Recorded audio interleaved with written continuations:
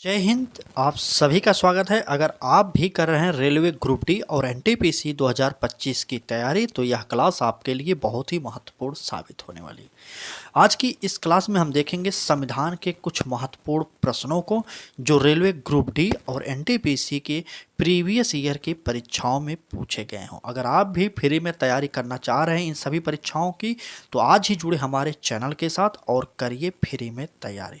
तो चलिए लेट ना करते हुए स्टार्ट करते हैं क्लास को और पहले प्रश्न पर चलते हैं। प्रश्न कह क्या रहा है देखते हैं। कह रहा है कि भारतीय संविधान के प्रस्तावना में आए शब्द का अर्थ राज्य के निर्वाचित प्रमुख से है। क्या हो जाएगा? प्रभुत्व संपन्न हो जाएगा, गणराज्य हो जाएगा, समाजवादी हो जाएगा और लोकतांत्रिक हो जाएगा। तो कमेंट करिए। यह प्रश्न है हमारा ग्रुप डी 2022 का प्रश्न। इसका उत्तर हो जाएगा गणराज्य। बी ऑप्शन आप लोग नोट करिएगा। ठीक। कम समय में अधिक प्रश्नों की प्रैक्टिस सेट प्रोवाइड करते हैं। अगर आप भी चाहते हैं कम समय में ज़्यादा से ज़्यादा पढ़ना तो तब जुड़िए हमारे साथ। चलिए आगे बढ़ते हैं। कह रहा है कि भारतीय संविधान की प्रस्तावना की भाषा को किस देश से लिया गया है? क्या हो जाएगा बताइए। क्या अमेरिका होगा, कनाडा होगा, आयरलैंड होगा और ऑस्ट्रेलिया होगा? और यह प्रश्न एनटीपीसी 2019 के पेपर में पूछा गया था। ठीक। उत्तर हो जाएगा प्रस्तावना की भाषा ऑस्ट्रेलिया से लिया गया। डी ऑप्शन हमारा सही हो जाएगा। और नेक्स्ट प्रश्न पर बढ़ते हैं। नेक्स्ट प्रश्न देखिए क्या कह रहा है। चलिए नेक्स्ट प्रश्न कह रहा है कि निम्नलिखित में से किसके अंतर्गत भारत को एक धर्मनिरपेक्ष राज्य के रूप में वर्णित किया गया है?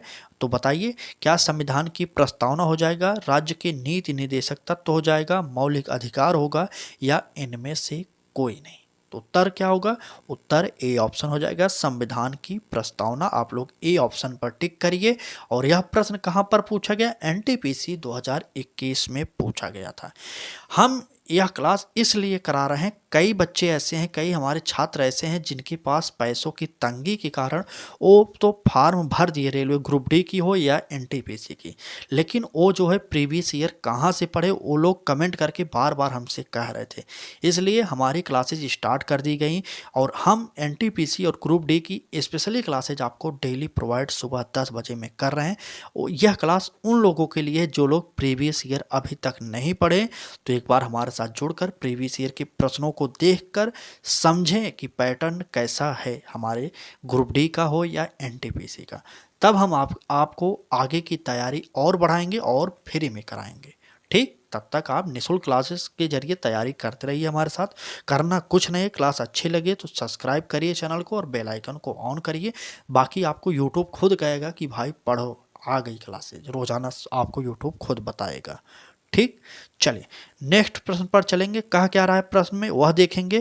कह रहा है कि प्रस्तावना का वह प्रावधान जो सभी वयस्क नागरिकों को मतदान का अधिकार प्रदान करता है क्या कहलाता है? तो बताइए। क्या पंथ निरपेक्षता कहलाएगा, प्रजातंत्र कहलाएगा या समाजवाद कहलाएगा या गणतंत्र कहलाएगा? आप सभी को पता होगा कि हमारे भारत में जब तक आप जीवित हैं, अगर आपने 18 वर्ष के ऊपर की उम्र में आ गए हैं और आप 80 साल के हों या 100 साल के हों, आपको वोट देने का अधिकार दिया गया है। इसका उत्तर जो होगा हमारा बी ऑप्शन सही हो जाएगा प्रजातंत्र।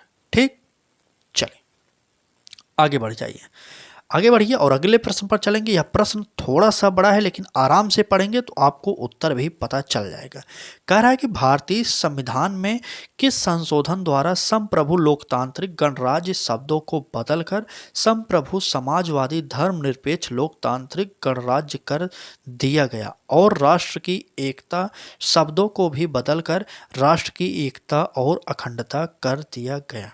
चलिए कमेंट करिए और उत्तर बताइए आप लोग। ठीक। क्या 53वें हो जाएगा, 42वें हो जाएगा, 31वें हो जाएगा या 64वें हो जाएगा? तो आप सभी लोग कमेंट जरूर करते रहिए और उत्तर जरूर बताते रहिए। चलिए देखते हैं कितने लोग उत्तर सही से बता रहे हैं। बिल्कुल सही, ग्रुप डी 2022 का यह प्रश्न है और हमारा उत्तर हो जाएगा 42वां संविधान संशोधन के द्वारा कहा गया था। और इसी 42वें संविधान संशोधन को ही भारत का मिनी संविधान कहा जाता है। और यह लागू कब हुआ था? 42वां संविधान संशोधन तो 1976 में हुआ था। आप इसको भी जानते रहिएगा 42वां संविधान संशोधन के बारे में। ठीक है। चलिए आगे बढ़ जाइए और अगले प्रश्न पर चलते हैं। कह रहा है कि संविधान में अन्य देशों से उधार लेने की विशेषताओं की आलोचना करते हुए किसने कहा था संविधान के मौलिक विचारों के संदर्भ में किसी को कोई भी विशेष अधिकार नहीं है? क्या जवाहरलाल नेहरू हो जाएंगे, वल्लभ भाई पटेल होंगे, भीमराव अंबेडकर होंगे या महात्मा गांधी हो जाएंगे? तो बताइए कौन सा उत्तर हमारा इसमें सही हो जाएगा। आप सभी जानते हैं कि भारतीय संविधान के जनक कहे जाते हैं तो भीमराव अंबेडकर ही कहे जाते हैं। इनके द्वारा हमारा यह शब्द कहा गया था, ठीक। और इन्होंने अनुच्छेद 32 को संविधान की आत्मा कहा था। अनुच्छेद 32 को संविधान की आत्मा कहने वाले भीमराव अंबेडकर ही थे, ठीक है। चलिए आगे बढ़ते हैं। आगे बढ़ेंगे और अगले प्रश्न की बात किया जाए। कह रहा है कि भारत के संविधान की प्रस्तावना में प्रयुक्त शब्द गणतंत्र सूचित करता है। गणतंत्र क्या सूचित करता है आपको बताना है। ए ऑप्शन कह रहा है कि देश का प्रधान वंशानुगत है। बी ऑप्शन कह रहा है कि देश का प्रधान संवैधानिक शासन है। सी ऑप्शन कह रहा है कि देश का प्रधान निर्वाचित प्रतिनिधि है। और डी ऑप्शन कह रहा है इनमें से कोई नहीं। आप सभी को पता होगा कि हमारे देश के विधायक से लेकर उच्च पद पर जो प्रधानमंत्री तक हैं सारे के सारे निर्वाचित किए जाते हैं, ठीक है। तो हमारा उत्तर जो हो जाएगा सी ऑप्शन पर आप टिक करिए और इसका उत्तर सही हो जाएगा, ठीक। सी ऑप्शन हमारा इसका उत्तर सही हो जाएगा, ठीक। चले, अगर क्लास अच्छी लग रही हो तो लाइक जरूर करिए। आपके एक लाइक से यह क्लास अधिक से अधिक लोगों तक पहुंच जाएगी। तो हाथ जोड़कर निवेदन करेंगे, क्लास अच्छी लगे तो लाइक कर दीजिए और चैनल को सब्सक्राइब नहीं किए तो कर लीजिए, क्योंकि आपको एनटीपीसी हो या ग्रुप डी हो, आपको निःशुल्क क्लासेज हमारे द्वारा प्रोवाइड की जा रही हैं। आप भी हमारे साथ जुड़कर अच्छे से तैयारी करिए और इस बार आप अपनी एक सीट जरूर पक्का कर लीजिए, ठीक। चलिए आगे बढ़ते हैं। अगला प्रश्न देखेंगे। कह रहा है भारतीय संविधान की एकात्मक विशेषताओं के संबंध में इनमें से कौन सा गलत है? गलत पूछा जा रहा है और यह प्रश्न कहां पर आया? तो ग्रुप डी 2022 का यह प्रश्न है। चलिए देखते हैं तीनों में से, चारों में से कौन सा गलत है। अखिल भारतीय सेवाएं और प्रतिनिधित्व की असमानता, और सी ऑप्शन है सशक्त केंद्र, और डी ऑप्शन है संविधान की नम्यता ना होना। संविधान की नम्यता ना होना, यही हमारा डी ऑप्शन हो जाएगा। हम चाहते हैं आपको प्रश्न और उत्तर सिर्फ बताकर जल्दी से प्रीवियस ईयर समाप्त किया जाए, क्योंकि हमारे पास समय जितना भी है उसके अंतर्गत हमें प्रीवियस ईयर पहले कंप्लीट करना है, उसके बाद और तैयारी भी करनी है। प्रीवियस ईयर की तैयारी हो जाने पर आप समझिएगा 50% की तैयारी आप लोगों की हो गई, लेकिन 50% की तैयारी अभी हमें अलग से पढ़कर करनी पड़ेगी, ठीक है। इसलिए प्रीवियस ईयर सिर्फ प्रश्न और उत्तर देखिए और याद कर लीजिए, उसके बाद नेक्स्ट हम जब क्लासेज लाएंगे उसमें विस्तार से वर्णन किया जाएगा, ठीक है। चलिए आगे बढ़ेंगे और अगले प्रश्न को देखेंगे क्या कह रहा है। अगला प्रश्न कहा जा रहा है निम्नलिखित में से किस विशेषता के अनुसार भारत की जनता को अपने प्रतिनिधियों के निर्वाचन में प्रत्यक्ष भूमिका है? मौलिक अधिकार हो जाएगा, सरकार का संसदीय स्वरूप हो जाएगा, शक्तियों का पृथक्करण हो जाएगा या धर्मनिरपेक्षता हो जाएगा? आप लोग कमेंट कर दीजिए और उत्तर बताइए। ग्रुप डी 2022 का यह प्रश्न है। चलिए बताइए कहा क्या रहा है कि किस विशेषता के अनुसार भारत की जनता को अपने प्रतिनिधियों के निर्वाचन में प्रत्यक्ष भूमिका है? तो उत्तर हो जाएगा सरकार का संसदीय स्वरूप। संसदीय स्वरूप, हमारे भारत में संसदीय स्वरूप कहाँ से लिया गया? तो उत्तर हो जाएगा हमारे ब्रिटेन से, ठीक है। ब्रिटेन से लिया गया संसदीय स्वरूप, आप इसे भी जानते रहिएगा। आगे बढ़ जाइए और अगले प्रश्न पर चलते हैं। कम समय में अधिक तैयारी कराने का मतलब सिर्फ इतना है कि आपका प्रीवियस ईयर जल्दी कंप्लीट हो जाए। प्रीवियस ईयर की श्रृंखला में करीब 10,000 से अधिक प्रश्न हम आपको प्रोवाइड कर सकते हैं। 10,000 तो बहुत ज़्यादा हो गया, 3,000 तक आपको प्रश्न प्रोवाइड कर सकते हैं, 3,000 तक लगभग, ठीक है। आज तक जितने भी प्रीवियस ईयर की परीक्षाएं हुई हैं, रेलवे के द्वारा कई परीक्षाएं कराई जाती हैं, आपको पता होगा, चाहे ग्रुप डी की हो, एनटीपीसी की हो, एएलपी की हो या आरपीएफ कांस्टेबल की हो जो रेलवे के अंतर्गत ही आती है। तो मतलब 4-5 परीक्षाओं को मिलाकर लगभग 3,000 प्लस जीके जीएस के प्रश्न हैं जो आपके सामने हम रखने वाले हैं। तो बने रहिए हमारे साथ और फ्री में तैयारी करते रहिए, ठीक है। चलिए इसका उत्तर सी आप लोग नोट कर लीजिएगा, ठीक। 3,000 प्रश्नों की श्रृंखला हम आपके सामने रखेंगे परीक्षा तक। चलिए आगे बढ़ते हैं, इस प्रश्न को देखते हैं। कह रहा है कि भारतीय संविधान की संघीय व्यवस्था के संबंध में इनमें से कौन सी विशेषता सही है?